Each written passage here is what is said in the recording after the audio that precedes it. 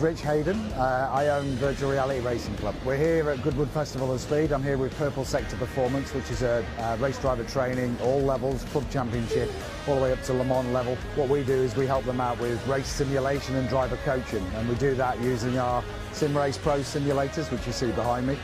They're really high-level simulation, and we use virtual reality to make sure that the immersion for the driver is as best as it could be, and giving them the accuracy to be able to follow the right lines and be as accurate with their driving style as they can be. One of the things we use with that is the HTC Vive Pro headset with a real high resolution. It's fantastic for driver training. It's the only way to drive a racing simulator. The average speed improvement or time improvement for a driver, a pro driver, going from screens to VR, is minimum is 1 second a lap, and the average is anywhere between 1.5 and 2 seconds per lap.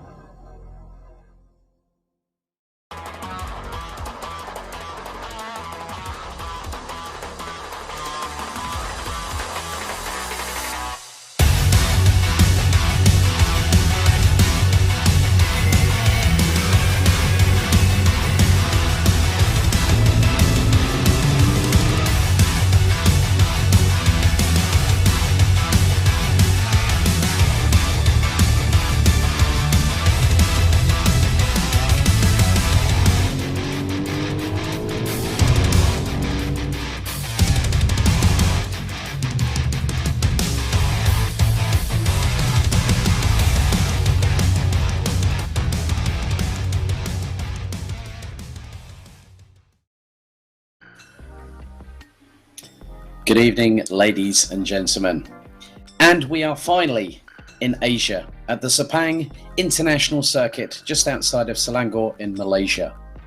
Welcome to the 7th round of the Virtual Reality Racing Club Touring Car eSeries, brought to you in association with MSL Motorsport Consultancy and heatingshop.ie. So far, over the past 12 races, we've had 9 different winners. And we've had 3 drivers do the complete clean sweep. Alex Goldschmidt and Martin Jones, your official commentators for this series. And Martin, a very good evening. How have you been keeping? Good evening. It's great being me, having a great time, thank you. Yeah, looking forward to this again. Great circuit, it's wide, fast, technical. If you haven't put the hours in, you'll be found out on this. So let's see what the racers have got to do today. It's been, yeah, looking forward to this. Enjoyed the circuit at the time, and I think the heavy boys won't be that penalised here, but we'll see. Indeed. 3.445 miles, 5.543 kilometres. Last hosted the Malaysian Grand Prix back in 2017, and it's an FIA Grade 1 listed circuit, a capacity in the stands of 100,000 people, and originally designed by one Mr. Herman Tilke. They broke ground here at the circuit on the 1st of November 1997, and then opened it on the 7th of March. And the fastest lap ever recorded around the Sepang International Circuit is by one 4-time Formula One world champion, Sebastian Vettel, back with Ferrari in 2017. But it's one thing, Martin, in a Formula One car, it's a very different thing altogether in a touring car, wouldn't you say? Yeah, it's a great proposition, this, for the guys. There's a whole host of turns, 15 turns. One of those circuits that Herman had a blank sheet of paper to play with, and yeah, he did a marvellous job. The concept was quite interesting. That this is only, it sits between, or sits at the far end of the from Kuala Lumpur to the airport to the circuit, and that was the concept that they were thinking, that it would expand the city out to the area. I must admit, if we got to stay in Kuala Lumpur, that was great fun. But if we got to stay at the hotel at the airport, that wasn't so much great fun. That was really in the middle of nowhere. Yeah, very much the case. I mean, obviously it's 45 kilometres, that's 28 miles south of Kuala Lumpur, and it's also hosted the MotoGP Grand Prix. But here are the results back from Snetterton. Luke Whitehead along with Max Coates back at Brands Hatch, and then also Senna Proctor at Barcelona, did the unthinkable. Pole position in qualifying, took the race 1 victory, and then did the same again, but also picked up the fastest lap in both races, giving him a total of 118 points. And as you can see, it was Max Coates who did the Grand Chelem when it came to being second best all the way through quali, race 1 and race 2, with Jordan Brennan, who joined us for Snetterton. Then in qualifying, the top 3 in race 1 was rounded out by Max Bird, and then race 2 was rounded out by Isaac Smith on the podium. We do have a couple of new drivers here with us, but first of all, let's get on to the standings. Senna Proctor leads by just 5 points ahead of Jack McIntyre, with Dave Marshall now finding himself with, I think, the lowest amount of ballast by about 20 kilos for the first time in quite a few rounds. Alex Toth-Jones rounds out the top 4, ahead of Accelerate's Isaac Smith. Rob Butler in 6th, ahead of Luke Whitehead. Mikko Raskinen from VXE Racing Team is 8th, ahead of Max Coates. And good old Rich Hayden from the Virtual Reality Racing Club himself is rounding out the top 10 on 293 points. We do now have 2 new drivers with us this evening. We have a new addition, who is a real-life racer over in Ireland, is Tony Gallagher, who will be running in the 505 Honda Civic. Tony will run with 60 kilos of ballast and replacing Chris Smiley, who has other engagements. Recently, coming off the back of 2 top 10 finishes at the opening round of the rescheduled 2020 Mini Challenge UK at Donington Park past weekend, Callum Newsham running in the number 16. And I'm really excited. Another couple of real-life races here, Martin. And as the MSL Motorsport Consultancy advert said, from virtual to reality. And we're seeing the reverse of that here tonight, once again, at Sepang. Yeah, welcome to them both. Welcome to this great series. We're just seeing the visuals of this circuit that some of these bends are obscene and technical, quick, very, very interesting place to be. And yeah, let's see how these boys get on. There were some early signs that the new boys to the series took to this circuit. Indeed. Well, very shortly. Yeah, very shortly. We'll be getting underway with qualifying for round 7 here at Sepang. We'll be back in just a moment's time.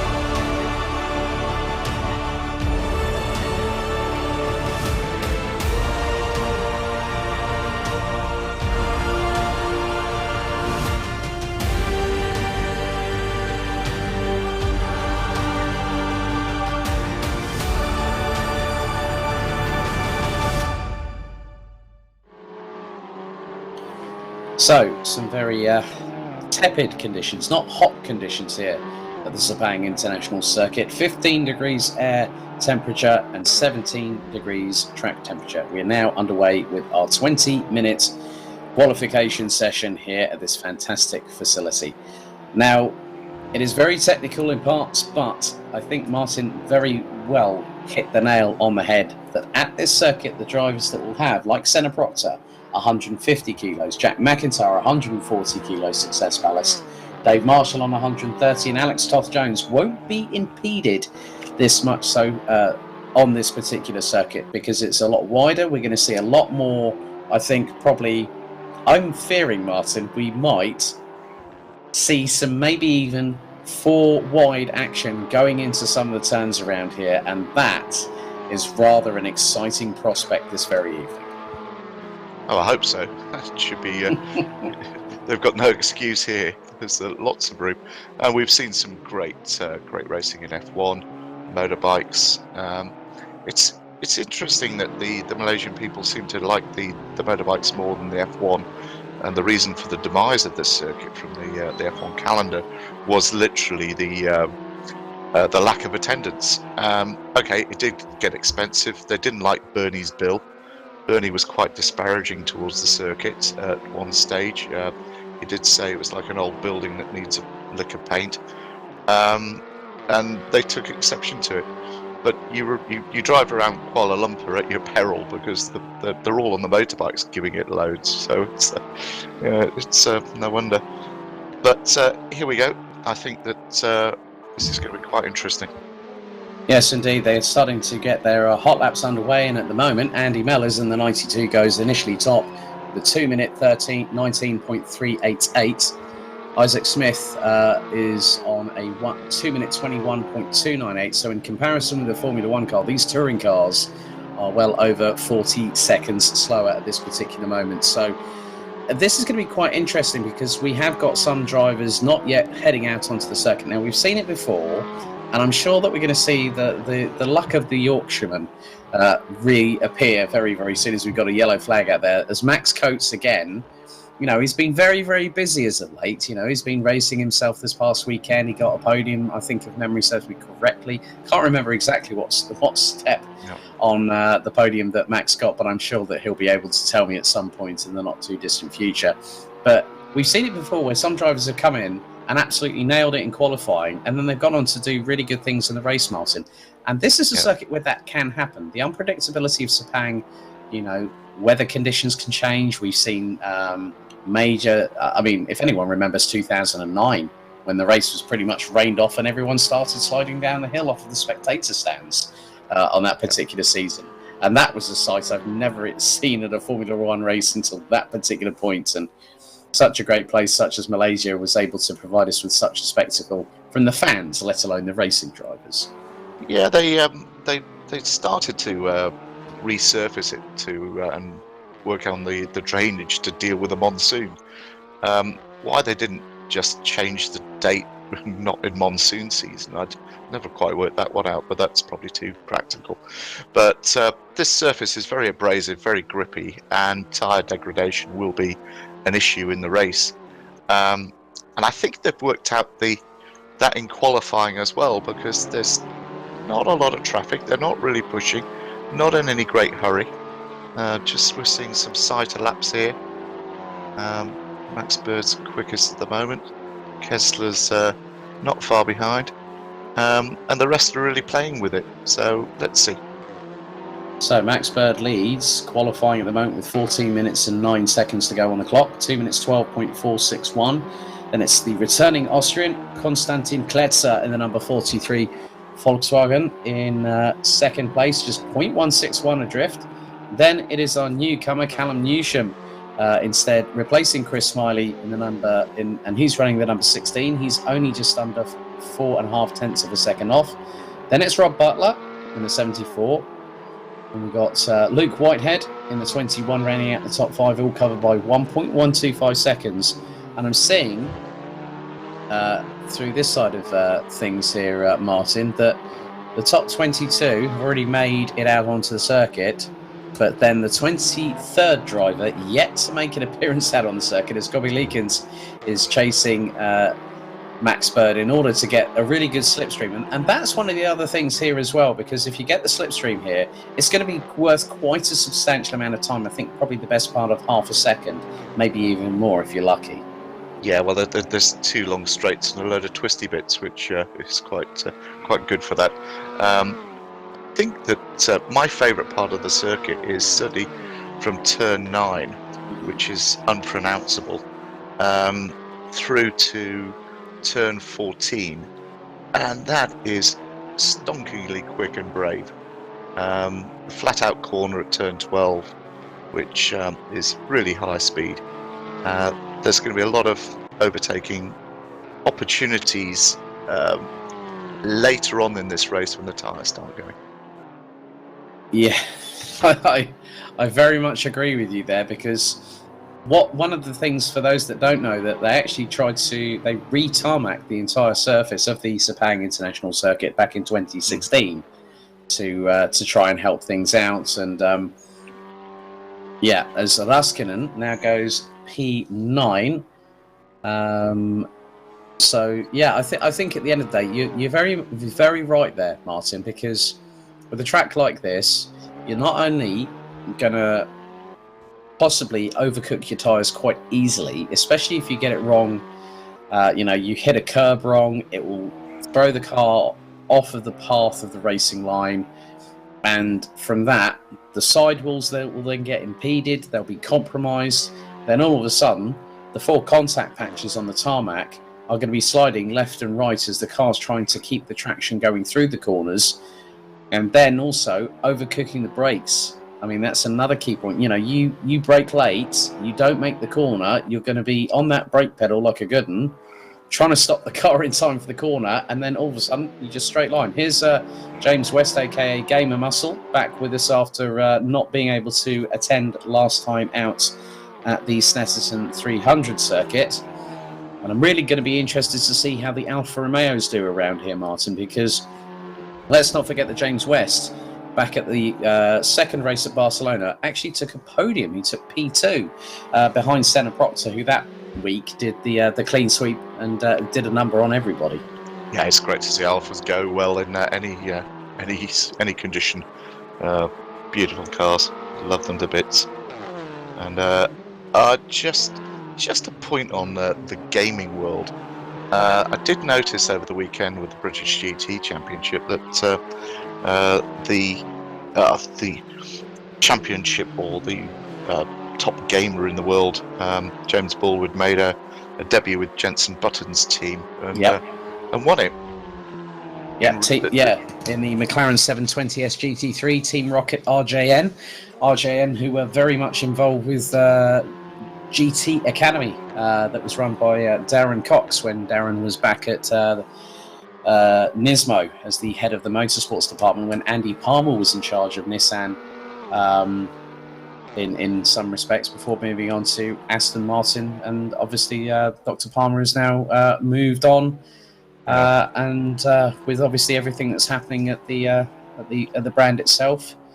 But yeah, I mean, now we've just had another change, as in someone has gone quicker, and that is Max Bird. He's just put in a 2-minute 12.159, 0.463 of a second ahead of Austria's Konstantin Kletzer. And there is Callum Newsham, who's he's only 7.5 tenths off, and that's a pretty impressive run so far in this qualifying session. We've got just over 9.25 minutes to go here, Martin. And I think that Max Bird, okay, let's not forget, he joined the championship late. He stood in for Max Coates on one particular round because he was Max was at Brands Hatch doing driver coaching, and already he's netted an average of 71 points over the last 2 rounds, and now he's got an opportunity of possibly going for, I think, if we do get a 10th different winner out of 14 races, and the 10th driver does exactly what the previous 3 drivers have done, that is really going to change things quite considerably. Yeah, you can't complain with that, can you? Max has taken to it like a duck to water, so to speak, and that was no sort of tongue-in-cheek bird analogy or anything like that. But he really is enjoying himself, and he's a good peddler. Top lad as well. I'm just, Callum Dewson, I'm really impressed with how he's taken to it as well. But the look behind, the normal names, they're all there, and second behind, which it's not a lot on a long circuit like this, but it will mount up on a race. Very, very true indeed. So just under 8 minutes to go, and looks like Senna Proctor is now rounding out the top 11, and Tony Gallagher now is just behind Senna Proctor by about 8 1/1000ths of a second. Alex Toth-Jones 13th, I think. Well, Max Coates has just gone P18 on a 2-minute 15.715. Max at the moment has got ballast. He's got 70 kilos on that Honda Civic this time around. So he scored 118 points on round 5 back at Brands Hatch when he did the clean sweep, and then round 6 at Snetterton. Still a pretty respectable result. So I think he was the second highest point scorer in that round with 88 points. So even with having missed the rounds at both Monza and Barcelona, Max Coates still, I think, has got an opportunity of getting somewhere towards the top 5 by the end of this season, as there is Dave Marshall now third in the standings, just 6 points behind points leader at Senna Proctor. Jack McIntyre is in the second position in the standings on 385 at the moment. But these three, so Marshall will have 130 kilos, McIntyre 140, and Senna Proctor has the family on board the Hyundai i30 from MSL Motorsport Consultancy at this moment in time. And at the minute, he's still P12, but as they say, Martin, times for show, points are to go. Yeah, it's showing. If you look at the gaggle in the middle, they're all carrying a bit of weight there. Richie Hayden, he's sneaked up into the top 10 again. He was trying to say that he wasn't on the pace this weekend, but he's probably put a lot of work into this. There's no doubt about that. He's not that he's competitive at all. Well, he said to us earlier on before we came on air, he said, I might be about 1.36 seconds off the pace. He's currently 2.321 seconds off the pace if you want to be pedantic, but that's a good effort though. I mean, Rich did sort of not really give anything away in terms of sandbagging when he came to when we went to Monza, and he took a win in the first race, put it on pole, and then took a third place in the reverse grid at Monza. As Alex Toth-Jones now decides to go into the pits with just over 5.5 minutes remaining, and someone has just taken out one of the bollards on the entrance to the pit lane. Or was that one of the boards? Hopefully that wasn't a DRS board or anything like that, as we've seen in FIA Formula 3. Just mention the words Oscar Piastri, and you'll know exactly what I'm talking about. Sounds like a pianist. I know. But when you think about it, talking about racing drivers who are pianists, Elio De Angelis, before his untimely passing, was very well versed on his piano skills. I did have the pleasure of knowing him, sadly, and we were there when he passed away at Ricard, which was very sad. Anyway, moving on to the to qualify.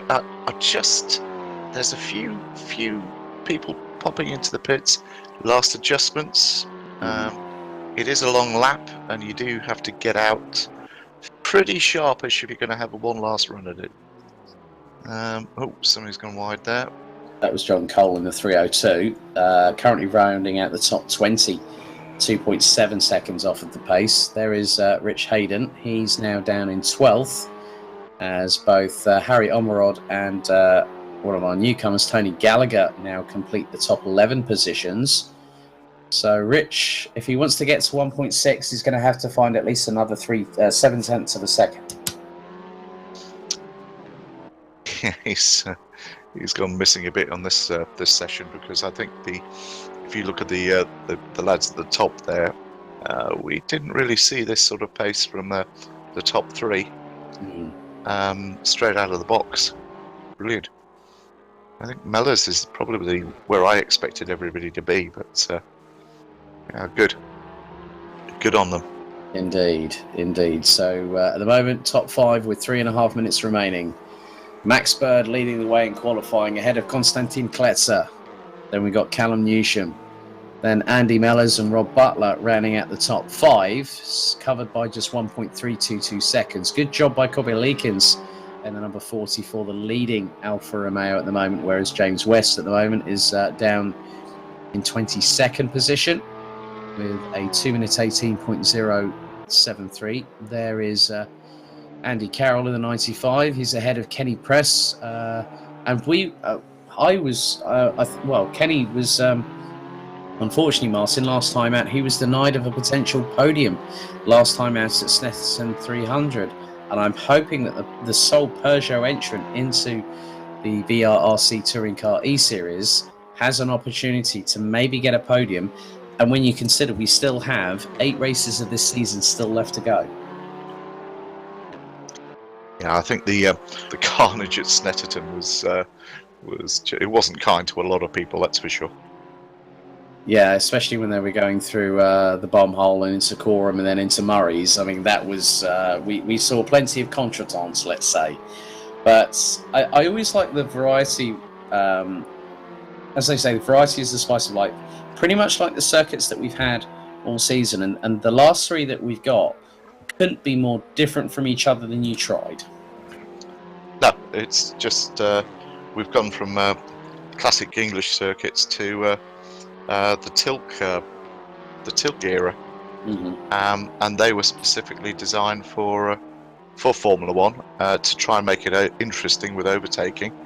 And typical Formula One, the cars developed so quickly that they became too quick to overtake on what is a very wide circuit. So we're still looking at people diving in, and I do love the late break. Yeah, we'll see who's going to be brave enough to put in the old Daniel Ricciardo-esque manoeuvres here at Sepang, because obviously there was the British Grand Prix this past weekend. Just over 70 seconds to go on the clock. There is Alex Toth-Jones still sitting in around 15th position on a 2-minute 14.588. There's Isaac Smith, who's just outside of the top 15, down in 16th position. And we still have people trying to improve. Raskinen, P12 now on a 2-minute 14.170. John Cole, well, actually, as I say that, got the number 13 of Derek in now to 13th position on a 2-minute 14.250. And the whole field, I mean, Paul Laramie doesn't look to have had the best of runs there, as Harry Omarov runs a bit wide. So Paul Laramie on a best lap from him in the Audi, a 2-minute 51.898. As Toth-Jones goes P13 on that last attempt. So this will give the youngster in the Porsche Sprint Challenge GB, who I understand, Martin, is going to be out back on track very, very soon, isn't he? Yeah, we're out with him at Donington 15th, 16th. So looking forward to that. A couple of good days testing beforehand. He's down doing a bit of a fitness boot camp here, and he's hungry for it, which is great. So the session is now completed. 20 minutes have expired. There's Andy Derrick from in the number 13 Volkswagen Golf. Loving some of the liveries on these cars as well. So in many respects, the amount of colourful, especially in Asia, when you look at the Macau Grand Prix, the amount of colour that you see, the amount of chrome, bright pinks, bright greens, bright oranges, bright yellows. It's all like everything could glow in the dark. And Andy Derrick's livery there with those flashes of fluorescent green. Oh, as I say that, that was not the move that Andy Derrick wanted to do there. As his Kobe-Leakins still in 7th position. So some of the drivers still trying to get their themselves up the order, but a lot of drivers opting to go into the pits. I tell you, any motorsport fan in times that are safer than these, you've got to get out to Macau, and the Macau Grand Prix is just special. It's bonkers. I had a really good conversation with Andy Prio and Jonathan Ledyard on a bus when DTM returned to Brands Hatch. We all went on a double-decker bus, and I'll never forget when Andy started. He said, "Oh, I know that pub. Let's stop for a pint." And it was like it was just one of those brilliant moments where it just showed the character. That shows the character of the man from Guernsey, a top bloke, Andy Prio. And obviously, Macau was where he won his 3rd WTCC title back with Team RBM. So Jack McIntyre about to cross the line. He is currently all the way down in 19th position. But with having 140 kilos of ballast, he does not improve as Kobe-Leakins calls it a day and goes into the pits. But looks like Max Bird has become our latest pole sitter in the Virtual Reality Racing Club Touring Car eSeries, brought to you in association with MSL Motorsport Consultancy and heatingshop.ie. Big thank you also to Simply Race, providing our fantastic broadcast. But Martin, just having a look at the timesheets, and the top 20 rounded off by Max Coates, covered by 2.648 seconds. But then you look at the top 7, they're covered by just over 1.3 seconds. It's been quite an interesting dynamic this time around from going to a very aggressive, short, sharp, punchy circuit to something that you've got to have a bit more finesse about because of the wider side of the wider parts of the track, but also the straight line speed. And if you've got a lighter car, okay, The ballast hasn't helped some of the drivers, but it's helped others. Yeah, I'm really really intrigued by the split on this. Well done, Max Bird. That's a great pole position, and you've thoroughly deserved. You've put the effort in, obviously, to learn this circuit, because it is a technical circuit. And I think Lewis Hamilton actually said he actually likes the place, which is quite interesting.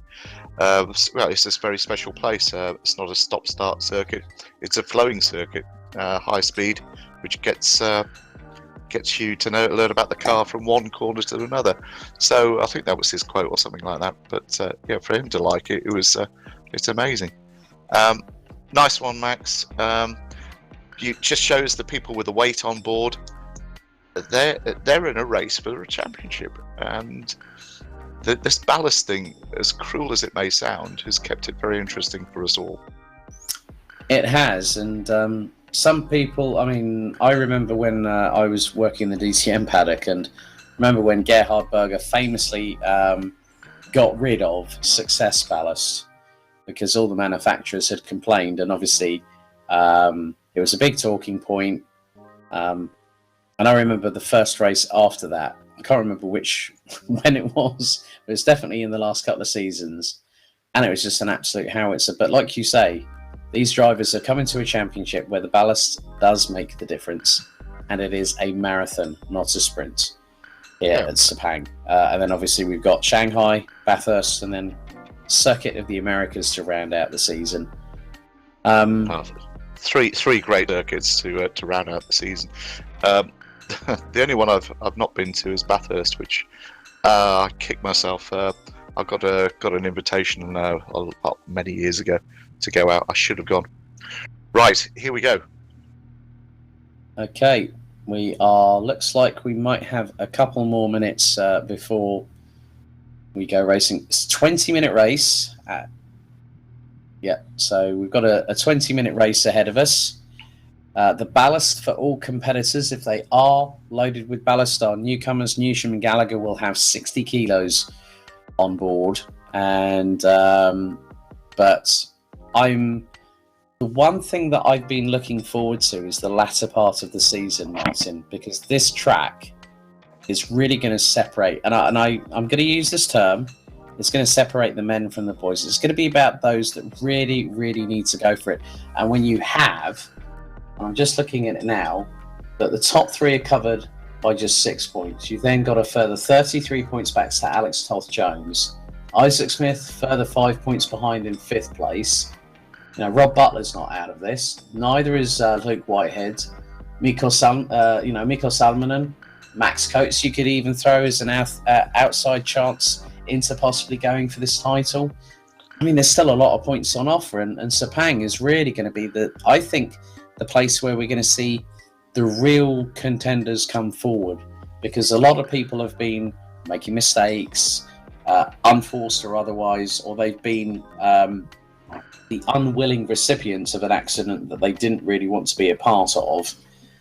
And now here is the opportunity for them to shine and to say, right, I'm going to take one step forward and I'm going to bring myself in as a title contender. Exactly, Alex. And look where the championship protagonists are. They're right in the middle of the danger pack. And we know what happens normally when you're in the middle of the pack and you go lights out. Anything can happen. So we've got about 90 seconds until the race gets underway. But to see some drivers really, really mixing it up, and I think we're going to have a cracker here, aren't we, Martin? Definitely. I think it could be the front two will disappear off. Tyre management is important, brake management. We tend to get this. We tend to get the front two or the front person disappear, and they don't. Unless they make a mistake, it's fairly difficult to catch them, as the others hold themselves up, squabbling in the middle. Mm-hmm. It is a fairly long lap here, but that's what's going to make it even more interesting. There'll be more drivers trying to use the toe, and I think that's where the key factor is that if the drivers that are light enough can get behind cars that can punch through that dirty air, the driver behind is not going to have to use as much brake. Well, they're going to have to use a bit more brake. They're going to be faster, but they're going to be using less tyre. They're going to be using less throttle, which gives them an opportunity at a slingshot overtake, as we are literally seconds away from getting things going here. But it's going to be interesting here, isn't it, Martin? Yep. The first corner, traditionally in Formula One, has been a little bit chaotic because it does double back on itself. And here we go.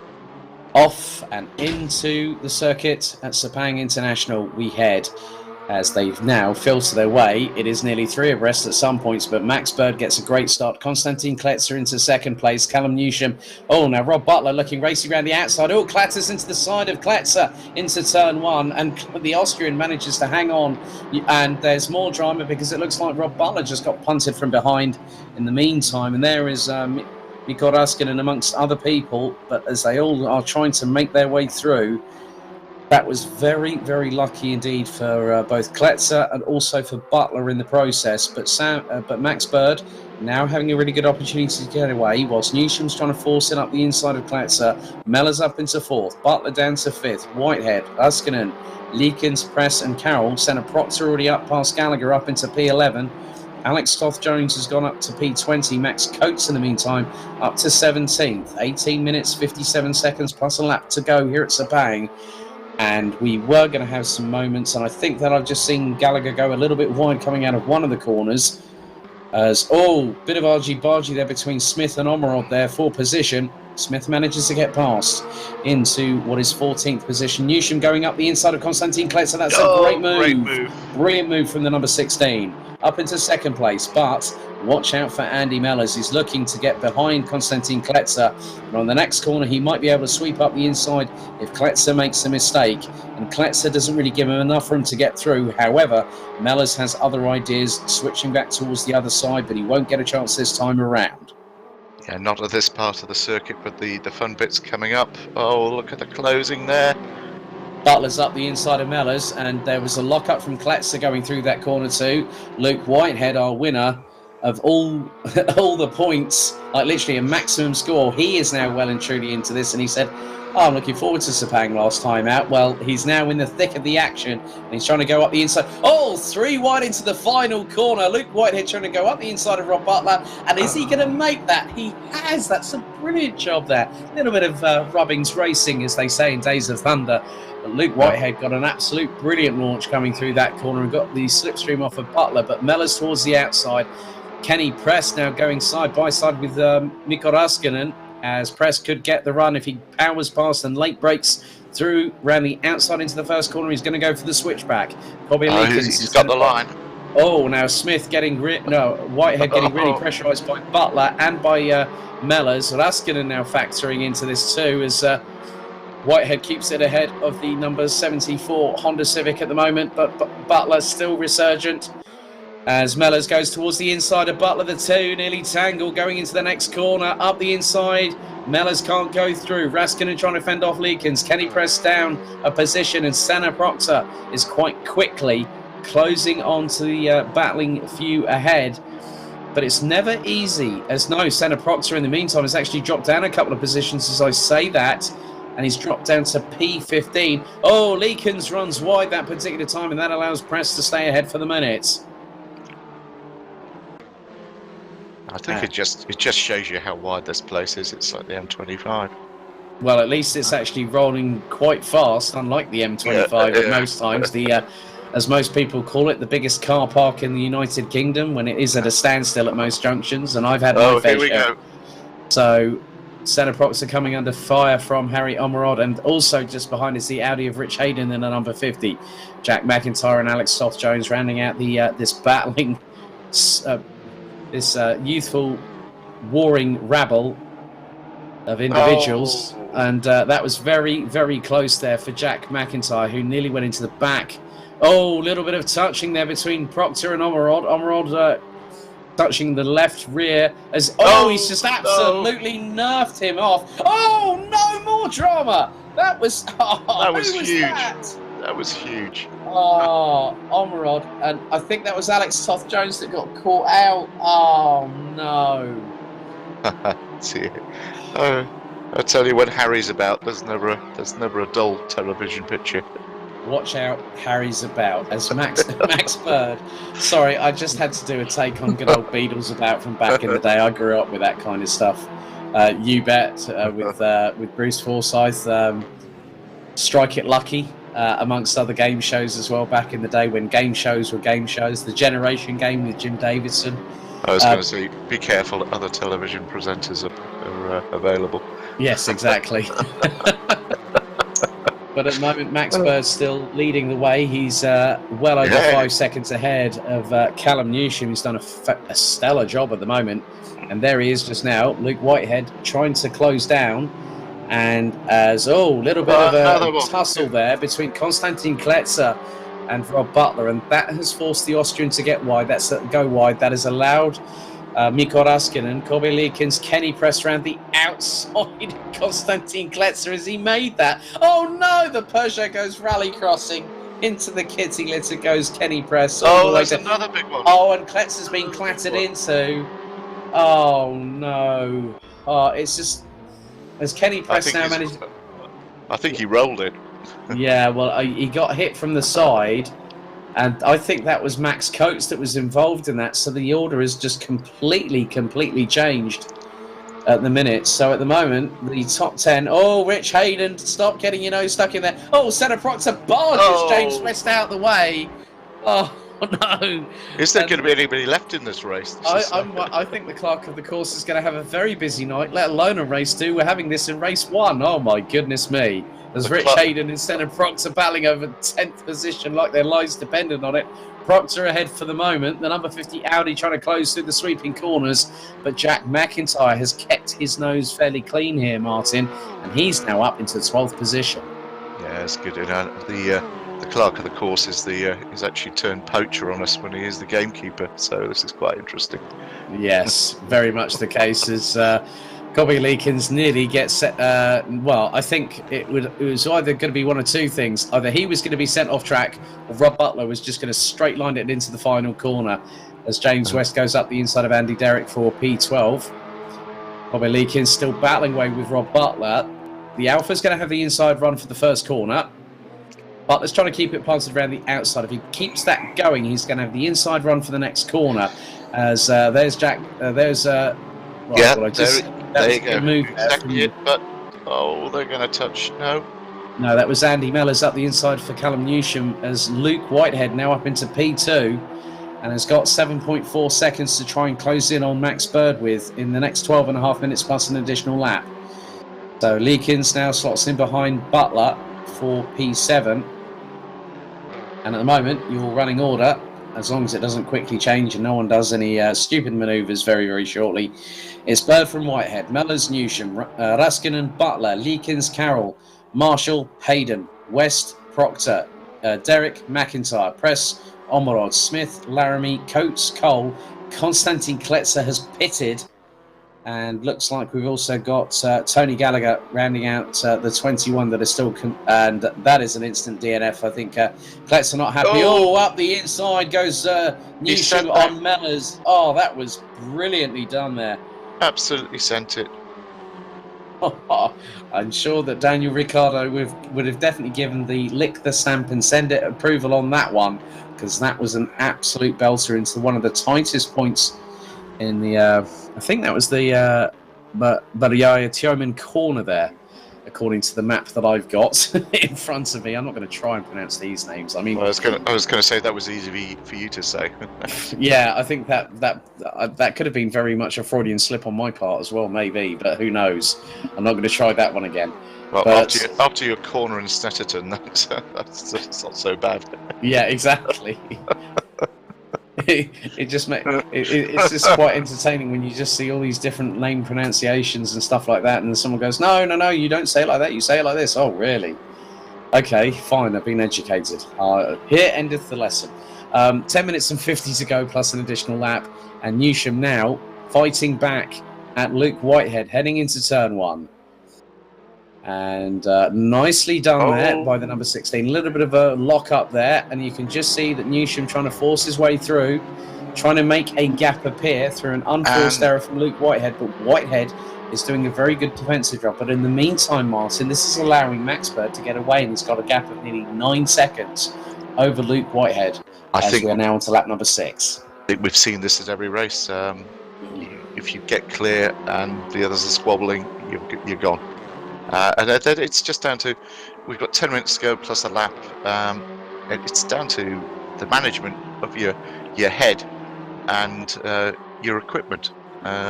It's so easy to just keep going flat out, trying to push and break the people, but that's where things go wrong. Yeah, very, very true. Because it's not just about the physical exertion these drivers are having to contend with, it's also the mental exertion, because you're having to look maybe a corner, maybe a couple of corners, maybe even 3 corners ahead to sort of figure out what your next strategic call is on any particular circuit. And it doesn't matter whether it's tight and twisty, whether it's something like the Green Hell, like the Nordschleife, or somewhere like here at Sepang. If you know that you say, well, the car felt a bit better going on this part of the racing line through turn 3, then I might have a better run on them going through turn 4. So it's all about just sort of micromanaging it all, isn't it? Absolutely correct. And finding places where you can still be quick but be sympathetic to the machinery, so it doesn't compromise your lap. Oh, this is a great angle. Is he going to send it on the outside and go for the cut back, or is he just going to stuff it down the inside? Here we go. Right. He fancies this. Yep, up to the final corner, up the inside goes Newsham to take second position. And in the meantime, there's the cutback. Yep, side by side between the 2 Hyundais. Mellor's waiting in the wings. Raskin not too far behind. A 2-minute 12.103, the fastest lap for Max Bird, who was leading. Oh, this is going to get dicey. Remember Schumacher and Barrichello when the pair were with Mercedes and Williams respectively a couple of years ago, and I think if memory serves me correctly, that would have been the Hungaroring a few years back. But that was nearly a carbon copy of that, but instead it would have been in a tin top. As now Newsham has now, with 8 minutes and 10 seconds to go, he's got to try to get in touching distance as McIntyre and Proctor battling away over P14. Just behind they've got here's Harry, as in Harry Omrot, just behind them. But Rich Hayden has just got past Kenny Prest for P12. And Mellis is fancying this now. He's got scent. Yep, I agree with you there wholeheartedly, Martin. But look, coming into shot, Raskinen's coming into shot now as well, as now McIntyre has just been dropped out. There was a major lock up there. I think that might have been from Luke Whitehead. That is allowing Andy Mellors to close. Now, looking at the times, the last lap from Andy Mellors was a 2-minute 13.592, so that car's got pace. Whilst Newsham and Whitehead are battling, Newsham did a 2-minute 14.055. Luke Whitehead, Piggy in the middle, 2-minute 14.363. So that puts Mellors 0.8 of a second quicker than the car in front. And that is where all the difference has been made by the number 92 in the Teenage Cancer Trust Honda Civic. Yeah, again, great graphics. Oh, great line. Oh, I love the fact that the circuit there's a few different lines into the circuit corner or the corners because the circuit is so wide, and you can actually think your way around.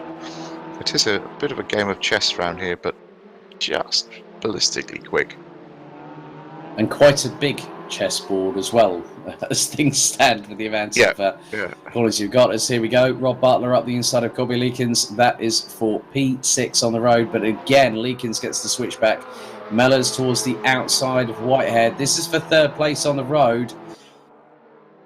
And that was just absolutely textbook. Mellors got the run. Look at a little bit of a lock up there from Newsham heading into turn 1.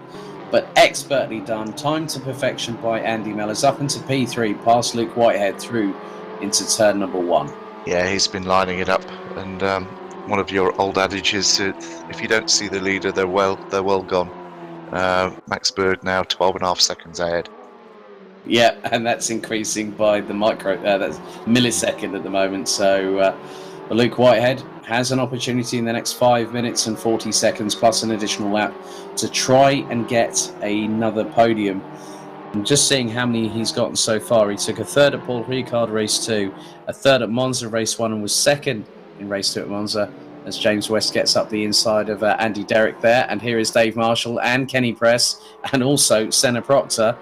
Then Luke Whitehead had a drought of 4 races not being on the podium, and then won both races as Press trying to go towards the outside of Marshall.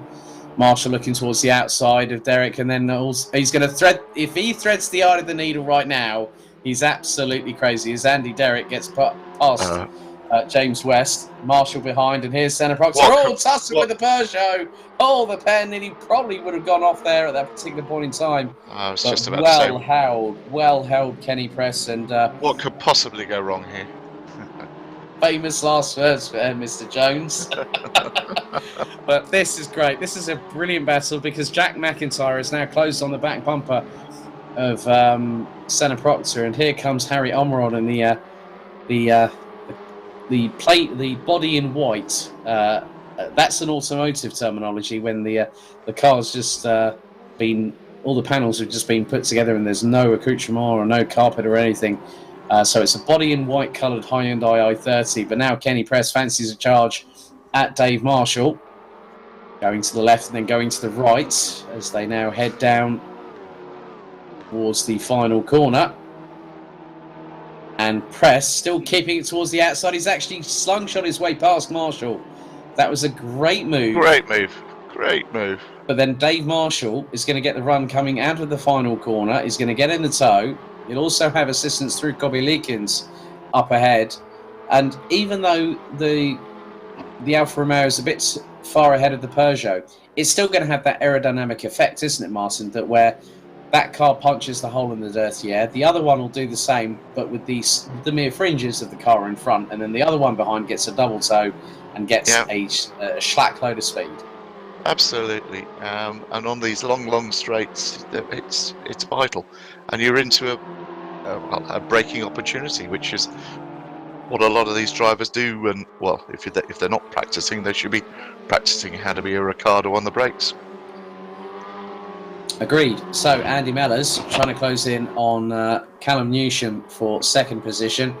Max Bird, in the meantime, he's got the fastest lap of the race. I don't think anyone's going to touch that at 2 minutes 12.008. Bit of a lock up there by Newsham going through into Tioman Corner as James West looking towards the inside of Kenny Press there.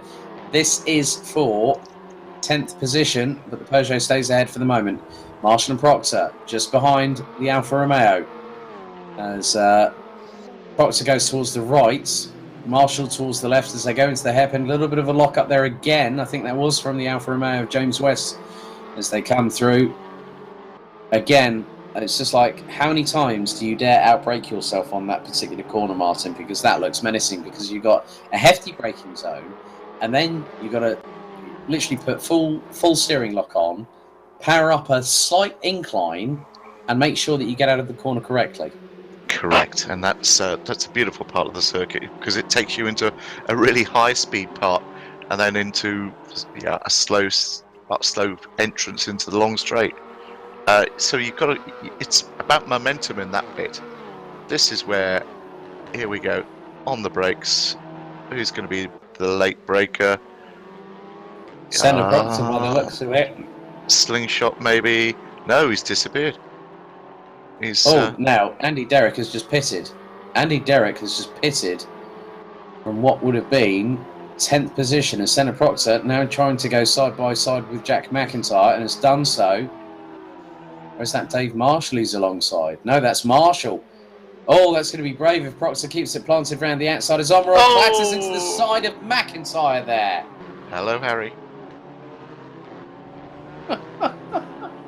Oh, God, dear. That's going to be a running joke for the rest of the season now, Martin, you realise. It's like, here's Harry. Absolutely.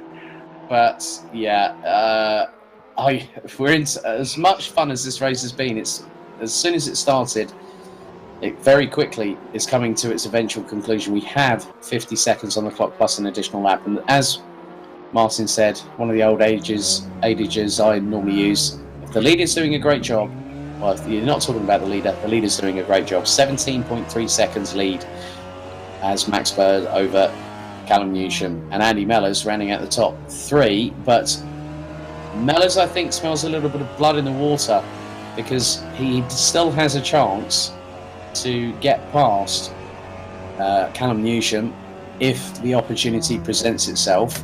As again, another lock up there from Newsham. And I've just seen that is Carroll and Leakins battling over what is 7th position.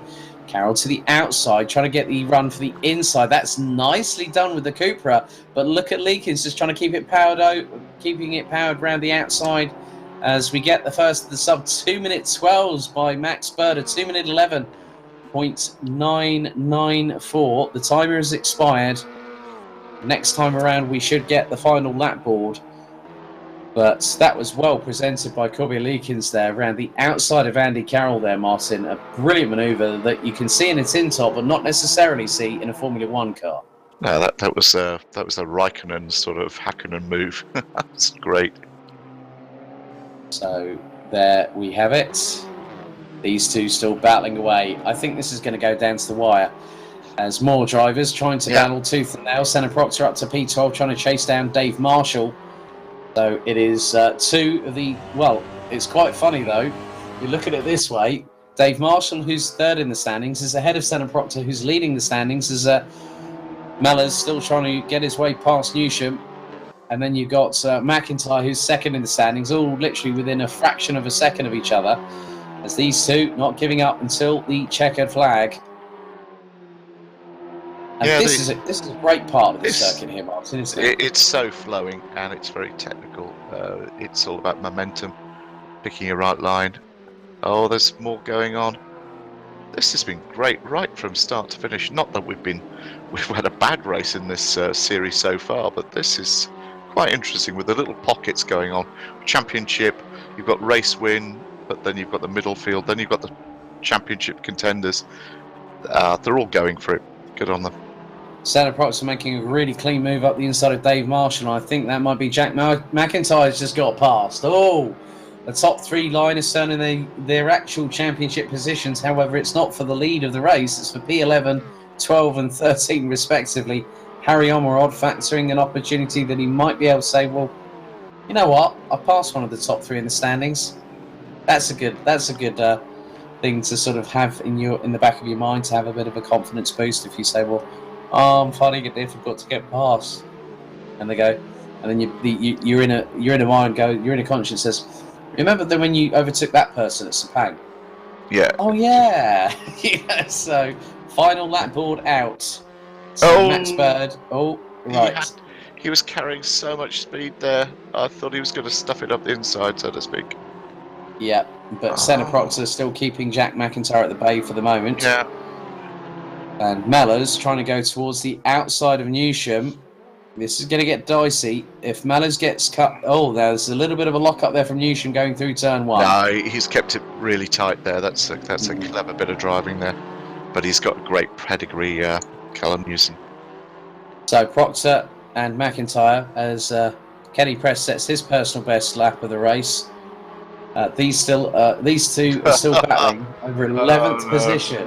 And this is, as you said, this is about the championship. This is nothing about whether you win or lose. It's about whether you can keep ahead of your opponents. Look out. Here we go. Oh, onto the final lap, through into turns 1 and 2, as Newsham and Mellors a little bit further down the circuit.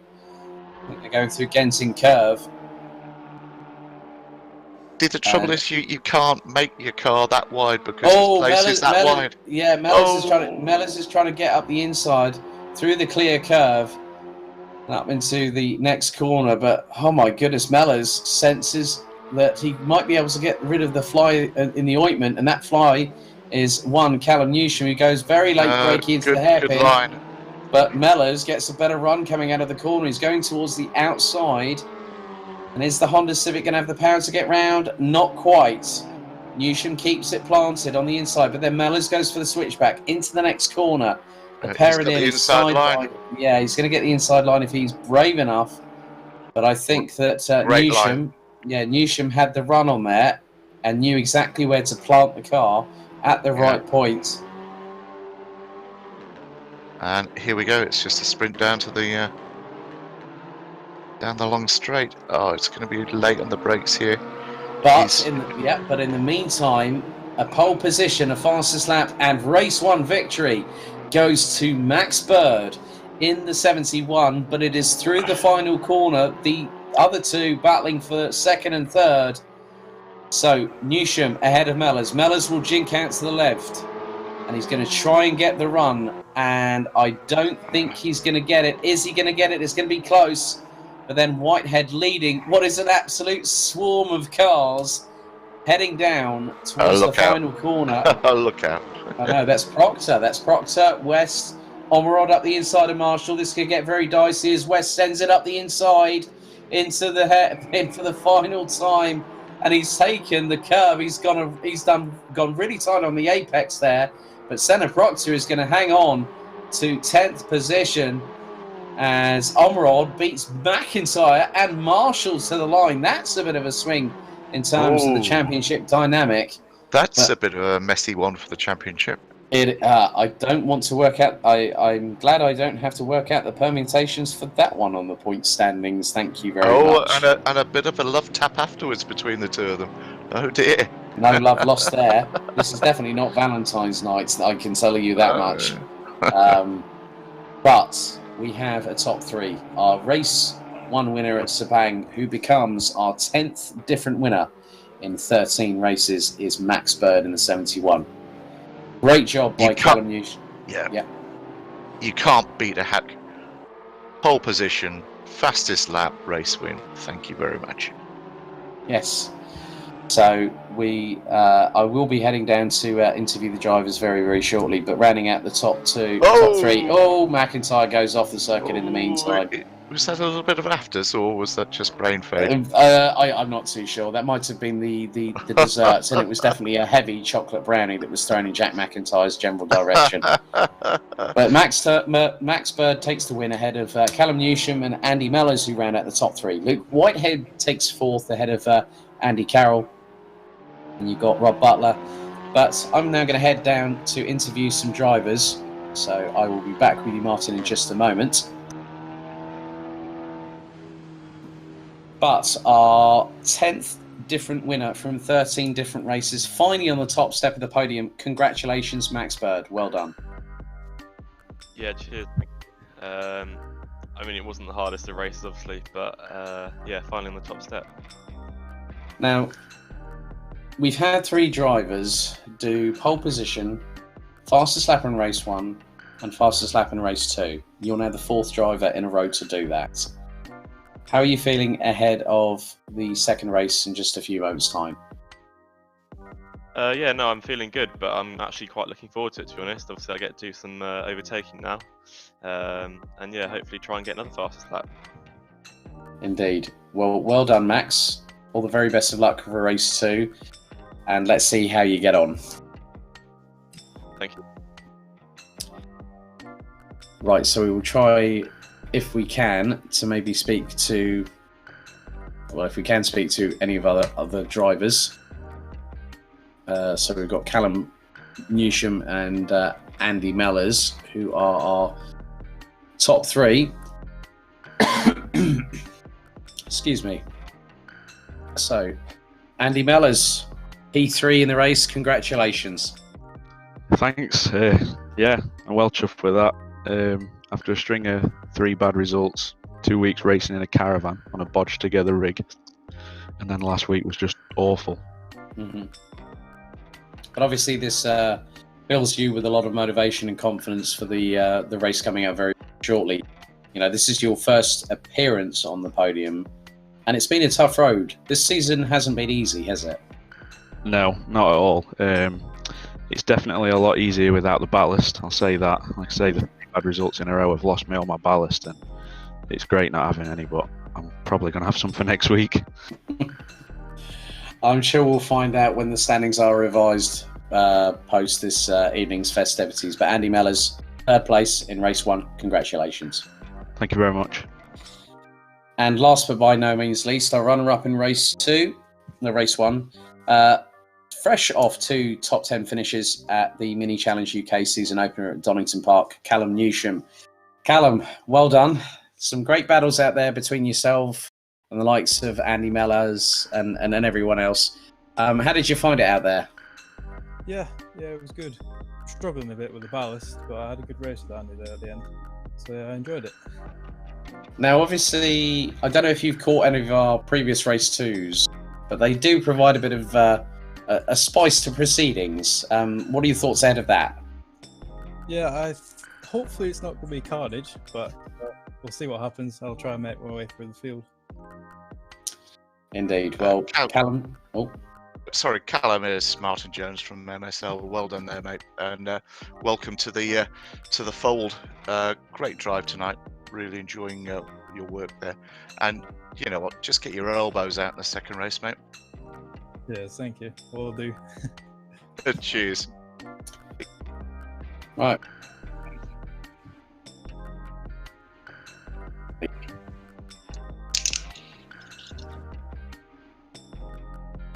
Well, really good to hear from our top 3 there, Martin.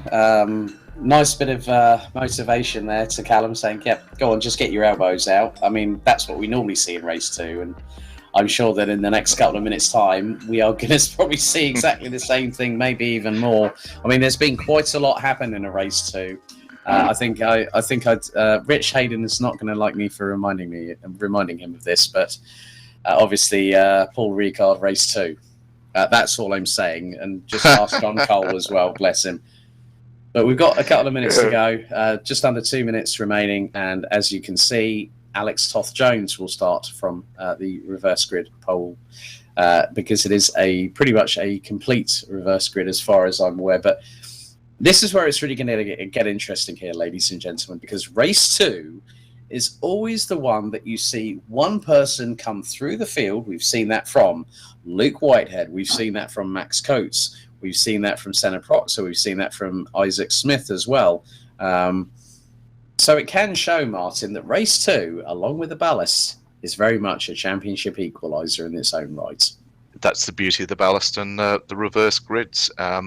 If you didn't have reverse grids, you wouldn't have ballast, I guess. But you saw the racing throughout there. There was something going on all over the place. And from a spectator point of view, from a commentator point of view, and from a racing driver's point of view, you've got to love it. You've got to beat the person that's next to you as a racing driver. And who's in front of you, you want to be the person in front of him. This is going to be a belter. And Alex is in pole position. He had a technical issue, I believe, in the first race, apart from him being punted in the air. But here we go. Right, just over 30 seconds, and you can just see a lineup of around 22 cars there. It looks like Konstantin Kletzer is not taking part in this race. Whether he's had a technical issue, I'm not too sure. However, it is, and as you can see on the screen, Max Bird starts from 22nd and stone dead last. Just over 10 seconds to go until the lights start to ignite on the gantry. All 6 of them will ignite, and when they go out, they start to come on. 3, 4, 5, 6. We are off and away. We're go. Good start there, Alex.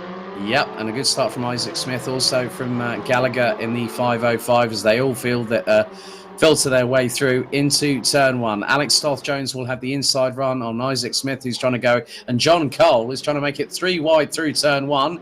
I'm sorry, John, that's not going to go. A little bit of a love tap on the back bumper, and he gets a bit of a biff from behind as Alex Toth-Jones, as they are all 3 abreast coming outside. Oh my goodness, Andy Derrick nearly into the side there of Dave Marshall. Rich Hayden getting his elbow stuck out as Senna Proctor gets sent a bit sideways coming through the first part of the circuit, but oh my goodness me, John Cole keeping it all around. I'm sorry, I'm going to use this term as up the inside of Rob Butler. Max Coates goes John Cole, sends Max Coates running wide. Dave Marshall, Senna Proctor just behind all of this. There is so much flotsam and jetsam when it comes to touring cars that we've got here at Sepang. The race 1 was just the aperitif, ladies and gentlemen. This is the proper full ball roast dinner main course. And my goodness me, it's got all the trimmings, Yorkshire pudding, gravy, and plenty of action along the way. So now there's Harry Ormerod right up the back bumper, and possibly the exhaust pipes, if he's not very much careful, of Senna Prox are currently rounding out the top 8. Andy Derrick is, up the inside goes Rob Butler, up the inside of Harry Ormerod there on the hairpin. Nicely done, but Ormerod is trying to fight back, and he gave him a little bit of a love tap on the right rear quarter panel as a direct result, as they all filter their way through. But in the meantime, Alex Toth-Jones is leading Isaac Smith by 0.84 contact in the back there. There's a whole gaggle of our reverse grid leaders gone off in the back there. I don't know what went on. Yeah, Raskin's back down there. Callum Newsham's down there. Cobby Leakins. Paul Laramie up to P2020. And the biggest casualty looks to be Andy Carroll, who drops all the way back down to 22nd position. Meanwhile, Tony Gallagher is trying to go toe-to-toe with Isaac Smith round the outside of the hairpin. The Honda might try and do the long way round cutback here as Dave Marshall's got up the inside of John Cole for P5. Toth-Jones put in the fastest lap of the race at 2 minute 21.918, and Max Bird is already up to 15th position, having started from 22nd. Ormerod gets past West for P10. Oh, big lock up there into turn 1. And that was Isaac Smith, who's going to lose out to Max Coates. Max Coates sends it around the outside. The pair clash as Marshall trying to go toe-to-toe with Cole, and Marshall and Cole bumping door panels as well. Oh, this could get very ugly very, very quickly. But in the meantime, Cole keeps the inside run at the moment as Coates swarming all over the back bumper of Smith, heading into the next they're all block. at it, and they connect again under braking. Oh, look at it. It's just great. As they say, out of the frying pan and well and truly into the fire are both Max Coates and Isaac Smith. Coates goes into the side of the Hyundai, into the sweeping right. Oh my goodness! And John Cole and Dave Marshall are waiting to pick up the scraps on the table. The way this is happening is Alex Toth-Jones now has a 2.6 second lead. John Cole now drops into 8th place. Marshall down to 7th. You've gone really wide there again. And they've dropped out of the top 10 as a result of it. So Senna Proctor now up into P5, up the inside of Smith through the hairpin. That's very close. They have a little bit of rubbing there. Smith goes wide as a result of Proctor forcing him off ever so slightly, but it was fair racing because there was a gap. Whether the clerk of the course might decide otherwise is another matter all entirely. As Isaac Smith, James West nearly loses the back end going through the corner in the Alfa Romeo, but manages to keep P10 at the moment. Kenny Press now trying to battle with Harry Ormerod as here comes a really fired up and aggressive Isaac Smith looking to get retribution in some respects, but maybe do it fairly and cleanly. Oh, he bumps Kenny Press off with absolutely no bad conscience whatsoever. So Press dumped down at the top 10, down to P15 he goes. Make that 16th as John Cole gets past, as does Richard Hayden. Butler now is going to have to try and fight with Senna Proctor, who has got Harry Ormerod. And I think, as you said earlier on, Martin, here's Harry. Here's Harry. Absolutely. He's not shy, is he? Very true. But in the meantime, Alex Toth-Jones has not got the fastest lap. I'm just having a look here. Andy Mellors has now got the fastest lap in 2 minute 15.523. Max Bird, in the meantime, already up to P9, and he's closing on the pair of Hyundais in the form of Whitehead and Smith, and could very easily get past him with the pace he has in that Honda Civic to get up to what will be 7th position, probably in a couple of laps' time. 14 minutes and 40 seconds to go on the clock. Alex Toth-Jones has a 2.2 second lead ahead of Tony Gallagher in the 505 Honda Civic, as everyone else is just tripping all over each other. But what I'm really not surprised about is Callum Newsham trying to keep his nose clean. He's up to 12th. Max Bird has got past Luke Whitehead for P8. So Bird doing a fantastic job, as here comes Andy Derrick up the inside of James West into the corner. Oh, and he goes wide. West manages to avoid him. And they both go through. Yep, Newsham gets through, but nearly could have actually gone around the outside of James West, but thought better of it. And then they've got Smith and Whitehead battling like a pair of petulant children up ahead. The two black Hyundais with slightly different accents to their liveries. Smith with the blue accents and Luke Whitehead with the rich energy colours on there. This is absolutely brilliant. We do love these race twos, don't we, Martin? Because they just provide us with twists and tales more times than the never-ending story. You just don't know where to look because there's something going on all the way through. There's something went on in the background there. Somebody spun off. It's great. Oh God, I love this. Yes, and look at that gaggle, and that's all for position, really. You know what this reminds me of? We were talking on air before everything got underway because I've just come back from the BNL Karting Series opening round in Karting Genk in Belgium. This exactly reminds me of a senior Rotax competition where you've got 36 karts and no one is giving quarter. And one particular lap, I noticed that the top 30 drivers were covered by 9.8 seconds. And here in Sepang, okay, the gaps are going to be a bit longer between some of the cars, but then you've got the likes of Marshall and McIntyre, third and second in the championship coming into this round here at Sepang respectively, and they are battling over what is 13th place, whereas everyone else is trying to get away. But one of the things I've noticed here, Max Bird has just put in the fastest lap of the race again, a 2-minute 12.7 flat. Oh, John Cole's had drama. John Cole's just had drama there, and he's dropped like a proverbial stone. Toth Jones losing his lead to Gallagher to what is now 1.3 seconds. Max Coates up to third, Bartler up to fourth, Omerod up to fifth, past Bird, who's now up into P6. He's gained 16 positions in about the last 7 3/4 minutes. Marshall battling away. He's kept ahead of McIntyre, who's actually been passed by James West in the Gamer Muscle livery. And here is Max Bird up the inside. Oh, no, he gets turned around by Harry Omerod. Oh, here's Harry. Here's Harry again. Harry's, yeah, come on, Harry. You got to sit on the naughty step and put the dunce hat on, I'm afraid, after that one. That was, I think Max was trying to go around the outside. Harry went, I'm going to shut the door. And he just went, actually, I'm not going to shut the door. You're accidentally going off, mate. Sorry, my bad. But at least the thing is, it's dented pixels, not massive repair bills. Well, exactly. I wouldn't like to have his repair bills. Anyway, revolving door of motorsport luck. That was a slam dunk in the face. That would have been a slam dunk in the NBA if I'm very much mistaken, or that could have been a 3-pointer when they shout out from downtown. Oh dear! Whoops. There's something going on at the front there. Max Coates can't get to Tony Gallagher, and Tony Gallagher's going to be all over Alex Toft Jones very, very shortly. Yeah, half a second quicker. It's the ballast and the tyres. Yeah, we're fast approaching the halfway point of this second race. Oh, big lock up from Alex Toft Jones there. Oh, luckily enough, he manages to keep it planted ahead of Tony Gallagher, but we go on board with the 505 Honda Civic, currently running in second position, 10 minutes and 25 on the clock, plus an additional lap still to go. And the gap is around about 7/10 of a second. Even though with that lock up there, Martin, Alex Toth Jones managed to keep it nice and composed there. He didn't panic. No, he locked up but came off straight away, and you can lock up and not lose momentum if you come off quick enough. It's just when you hang on to it and panic.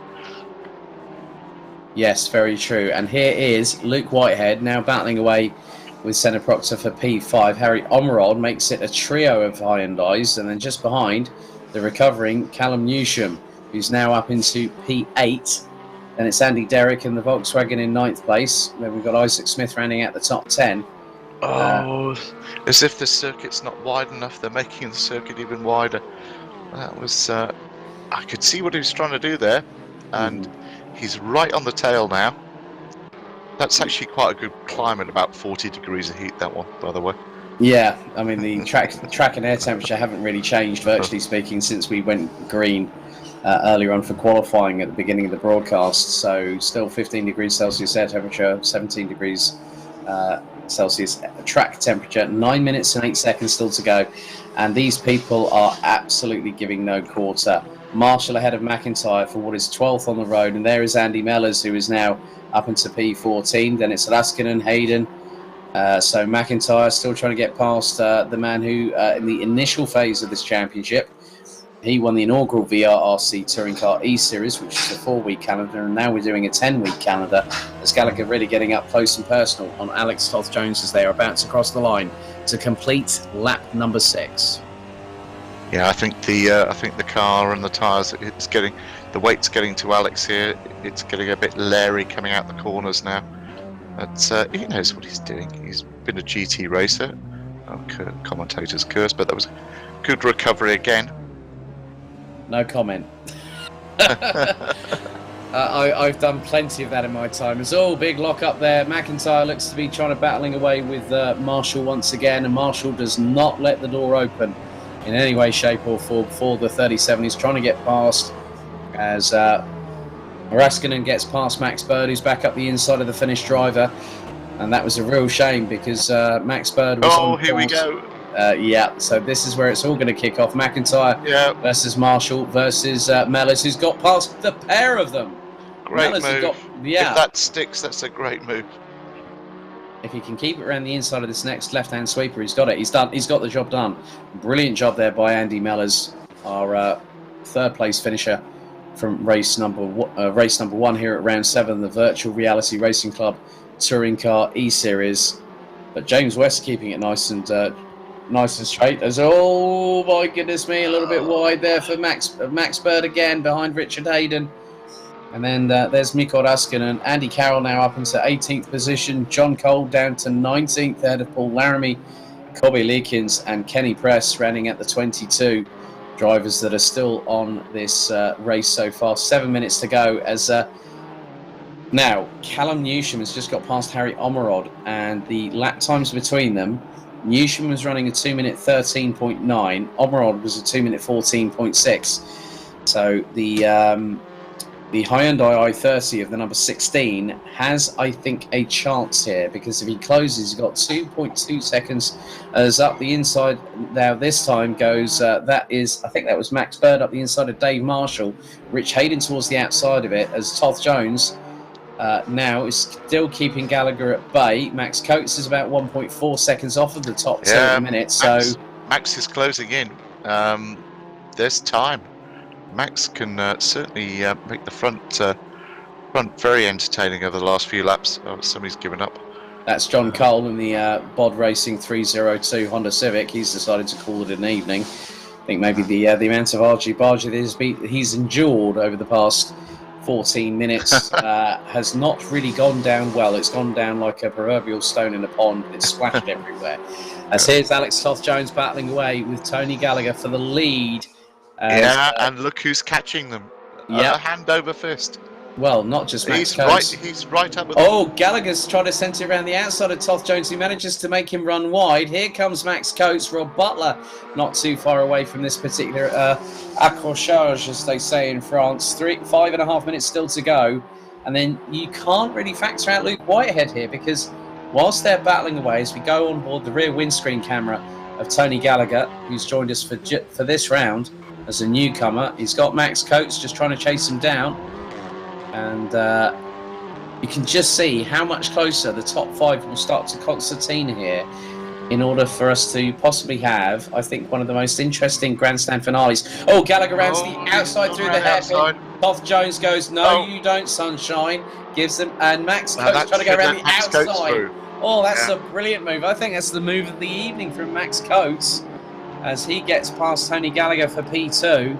Oh, they're all after Gallagher now. Look out. Yeah.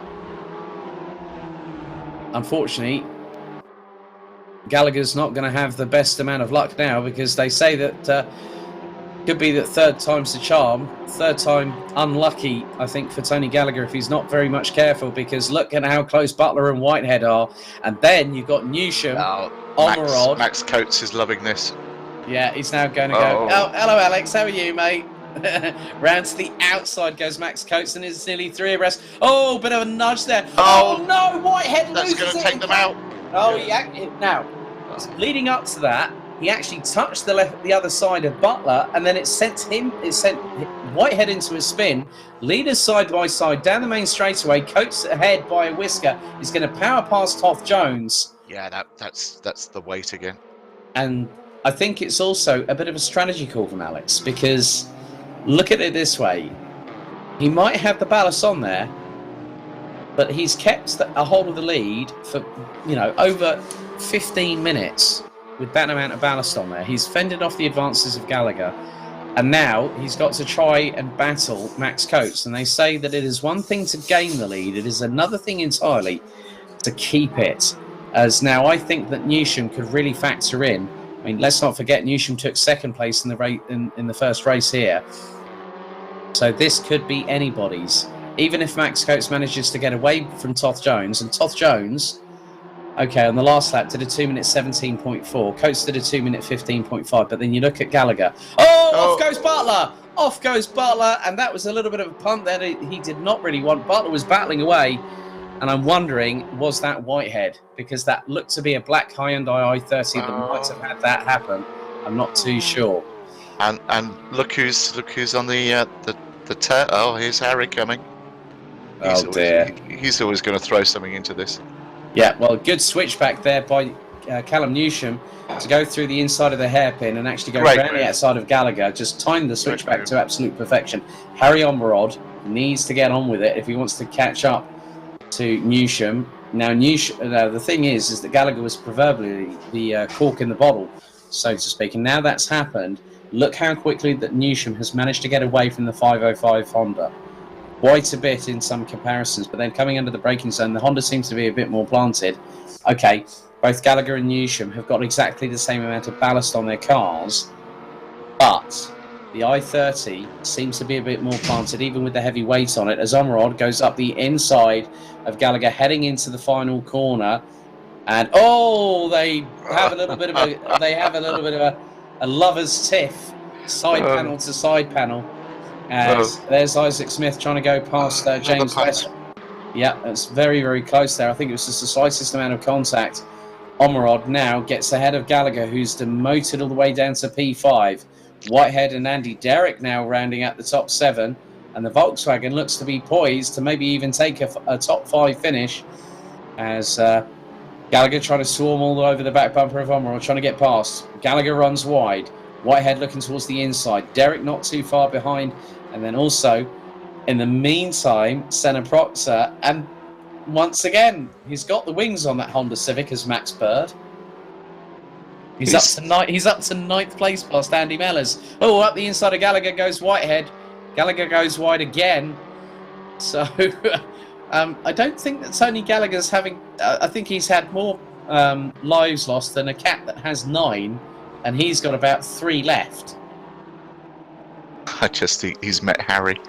Yeah, well, I think he's also met everyone else, and that includes Whitehead, who's just got past. Derrick might get up the inside very, very shortly.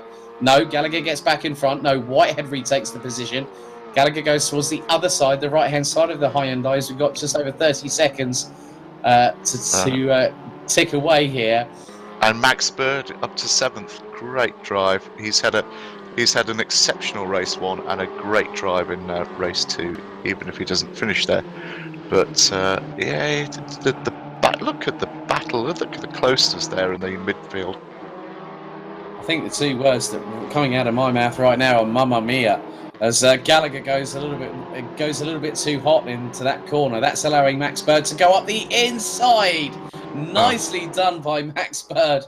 He's not going to get to the victory, but if he gets past Luke Whitehead, I think he's done an absolutely stellar job. Oh, Alex Toth Jones and Callum Newsham battling away over second position. Toth Jones to the inside. Newsham trying to power around the outside. Toth Jones will take the title line through the final corner. We will go now onto the final lap as Max goes. Oh! Gallagher nearly goes into the side of Max Bird there. This time, we will get the final lap shown to us, I think, or not, as the case may be. Just wait for it. Newsham round towards the outside of Alex Toth Jones into turn 1. Toth Jones again takes a tight defensive line. Lock up there from Newsham. And this is allowing... Oh, here's... hello.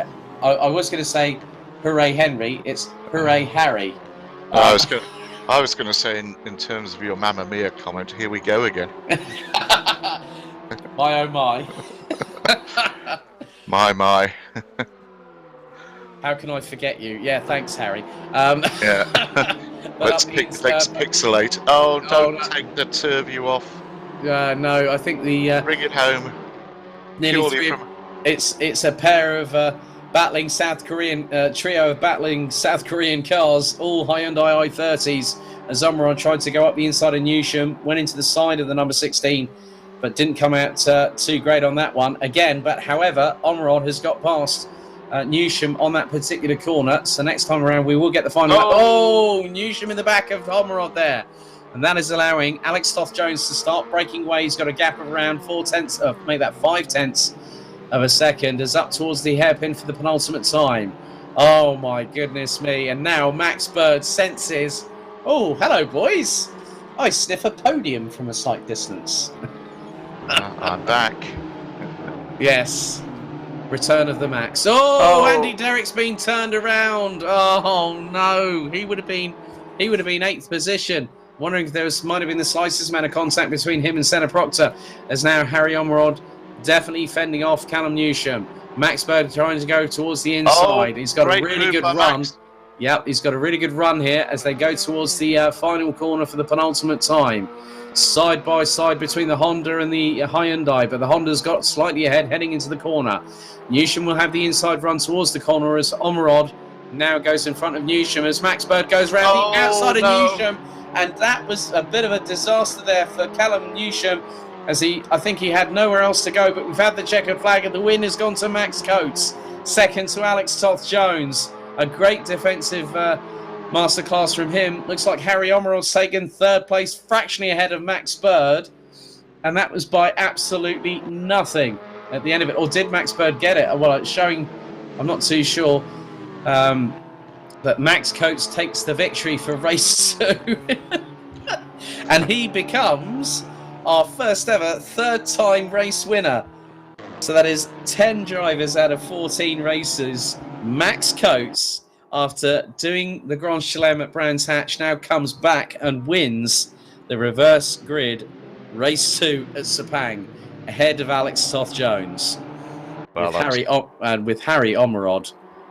Here's Harry, and what's more, ladies and gentlemen, he's on the podium. That was bonkers. Absolutely great. I think we don't do driver of the day, but in my book, that's got to go to Max Bird. What an awesome drive in the second race as well. The first race, as I said, just the full hat, full set. Second race, that was a great race, great drive. And Harry. What can you say about Harry? He just provides entertainment. Every time we go to one of these evenings, he's always there. Yeah, so as you can see, Max Coates takes the win. Alex Toth-Jones in second, Harry Omrod in third. Max Bird recovers. I'll get down to the booth in just a moment. Max Bird, Callum Newsham, we've got Whitehead, Gallagher, Mellors, Proctor, Smith, Marshall, Rask, Andy Carroll. Then we got James West, Jack McIntyre, Rich Hayden, Paul Laramie. We've got Andy Derrick recovering to finish 18th ahead of Cobby Leakins. Rob Butler all the way down in 20th ahead of Kenny Press and John Cole. So very, very shortly as we wait for the top 3 to get to the grid. But I will now very shortly head down to the interview booth. I'll just join in and say well done to the guys, because that was great entertainment. Definitely. Yeah, awesome. Let's head down there, shall we, Martin? Yep. Said that.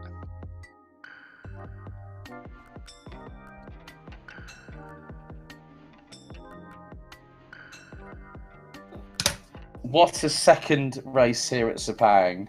And I cannot believe I am saying this. Max Coates, you are the first 3-time race winner of the Virtual Reality Racing Club Touring Car eSeries. Well done, buddy. And congratulations with your results at Donington this past weekend as well, I might add. Yeah, it's not bad, is it? Happy with that. So, race 1 was a bit rubbish for me. But yeah, race 2 worked a treat and came out on top. But also, the race 2 reverse grids always provide that little bit of a spectacle. It's always about survival of the fittest. with your real life racing experience, of which I know you've got plenty of, mate, considering the amount of time that you and I have been friends, it was quite nice to see someone else get a chance to sort of like go, well, yeah, I've got a chance here. I've not got that much ballast. I mean, you had 70 kilos all the way through the Alex had 50 more kilos, and that would have compromised the tyres and the characteristics of the car handling. You just managed to sort of just get the job at the end of the day and just pull away whilst everyone else was squabbling all over the scraps. Yeah, first few laps, and Alex kind of got away. I got tangled in a bit of mess. So once it all started to develop, and probably 15 minutes to go, I could see that I clearly had a bit more pace than Alex, which I think was naturally a weight thing rather than a driver thing, if I'm honest. So yeah, I realised that, so knew I just needed to kind of get clear.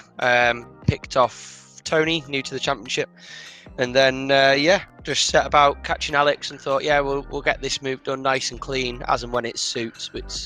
It's going to happen. Just get it done cleanly, and then try and escape from there. Well done, Max. We'll see you at Shanghai next week, and have a good one, mate. Well done this evening. Well Thank done, you very Max. much. Well done, Max. Cheers. Martin here. Great drive. Well done. Thank you. Hopefully we're back next week. I'm not too sure if other commitments might mean I can't. So hopefully I'm back. That'd be really good. You just spoilt us an MSL, but there you go. I'll forgive It's you. easy. We just need to get some logos on my car. Yeah. You heard it here first, ladies and gentlemen. Good skills. I like that. Brass necked. Cheers. Cheers, mate. Max. Right, Alex Toth-Jones, reverse grid pole position. You hung on for over 3/4 of the race, even with 120 kilos ballast. Be honest with me, Alex. How were the tyres faring after that one?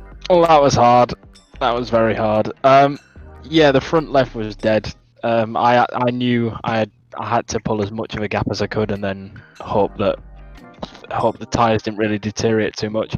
But it became clear that Max and the other Honda behind were just clawing me in, and then it just became a bit of survival. Tried to battle with Max, but the pace was too much, and then it was all about hanging on to second. I mean, I had to get the elbows out with a couple of laps to go, but positioned myself well to keep second, and yeah, I'll take that after race one. Also, this becomes your second podium of the season so far, because your last one was at Zolder back at race one. So that's been a long old drought, around about 8 races before getting onto the podium here. But you've kept yourself pretty much, I think, in the championship battle, even though the top 3 have been squabbling between themselves a bit further back from your position here in race 2.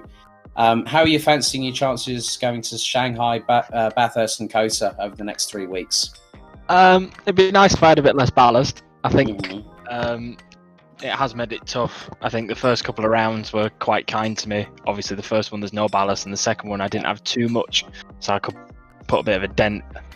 But yeah, from that I've struggled a little bit with the ballast. Monza was a bit of an exception, but after that it's been really tough. I felt I had top 10 pace this week, today, not this weekend. Just race one became a little bit of carnage, but I knew if I finished I'd get reverse grid pole, and I thought that's where the points are going to be. So hopefully, might have a little less ballast, might have a bit more after this result, but I'm sure Shanghai will be just like this. Well done, Alex. Great job in race 2, and we'll see you in a week's time. Thank you very much. Well done, Alex. You pulled your finger out, and great result. Me too. I feel your pain on the tyres and the weight thing, but yeah, great result, dude. Cheers, mine. Well, I think I don't know if we're going to be able to speak to Harry Amora, but in the meantime, I'll have a chat with the man behind the virtual reality. Jaden. Rich, another 2 great races here at the Sepang International Circuit. I think when you were thinking of the idea of having this 10-week series, did you expect for it to be anything like this, like how it's transpired with the ballast and with the reverse grids and everything? I mean, myself and Martin have been hand on heart, absolutely loving the action all the way through so far. So That's brilliant. yeah, Brilliant, Rick. yeah. So good evening, everyone. Yeah, I mean, look, I put a lot of ballast on because we've got some very, very fast sim racers and some very fast real life drivers as well. So I wanted to put something in that leveled the field and made it a little bit more difficult for them. And in the process, it's made for some really close racing. So happy with that. Very happy indeed. So we've obviously got 3 more rounds to go before we crown our virtual reality racing club eSeries champion. Shanghai, Bathurst, and Kota. You couldn't have put together 3 more different circuits if ever you tried. Shanghai, we know it's tight points on the circuit, but very much like Sepang, there's a lot of long straightaways. Bathurst is about commitment, carrying the momentum, and just having the cojones to go for it when you need to through certain points of the circuit. And then Kota, very much in some parts, very much like Silverstone through the turns 2, 3, and 4 complex, but it's also got its own challenges. How do you think the drivers are going to really, really cope over the next 3 weeks as we come towards the end of the season? Well, look, I think Shanghai is going to be great. It's going to be a killer for the guys with ballast again, unfortunately for them. That includes myself as well. But Bathurst is going to be a real killer. And I can't wait to get to Bathurst. And then, what a circuit to end this series on. We're going over to the circuit of the Americas. So I'm really looking forward to it. And it's so tight at the top. Nobody can tell who's going to win this at the moment, which is, kind of how I wanted it to be. I wanted it to be right down to the lap wire, and it looks like we're going to get some exciting last 3 races. Brilliant stuff. Well, thank you very much, Rich, as always. I know it's not been the easiest time when you've put so much effort getting into it, but it was good to see you battling out there with Senna and quite a few other people's out on the circuit. But is Shanghai a track that you're going to be... I know you've been busy with everything going on with VRRC at the moment, with the simulators back up and running, clients coming in to have tuitions and stuff like that. Are you going to try and see if you can get a bit some welcome practice in for Shanghai for next week, as best you can? I always try. It's that delicate balancing act between a relationship, a business, and practice. So actually, very, very well put there, I must admit. So yes, I am going to try. There are some big projects going on at the moment here at Virtual Reality Racing Club that are going to be coming to fruition in the next few months. So I'm actually having to spend quite a lot of time in that. But I'm quite lucky that Mr. Alex Toth-Jones is now staying in my vicinity. So I'm hoping to see him over here in the next week doing some laps practicing. So hopefully I can jump on with him and get some laps in at the same time. Great, awesome, Rich. Many thanks for your hospitality for Alex, and what a great race again. And thanks, Michael, Alex, all the guys, everybody involved. I'm signing out, and see you in Shanghai. Thanks, Martin. Right, well, that really rounds out all the action here from the Sepang International Circuit here in Malaysia for the 7th round of the Virtual Reality Racing Club Touring Car eSeries with Alex Goldschmidt and Martin Jones, your official commentators. Martin, final thoughts of tonight before we go to China at the Shanghai International Circuit in just 7 days' time. It didn't disappoint again, did it, mate? No, it didn't. It did not. And as you can see, we still have on the 11th of August, Shanghai, Bathurst, aka Mountain Panorama, on the 18th of August.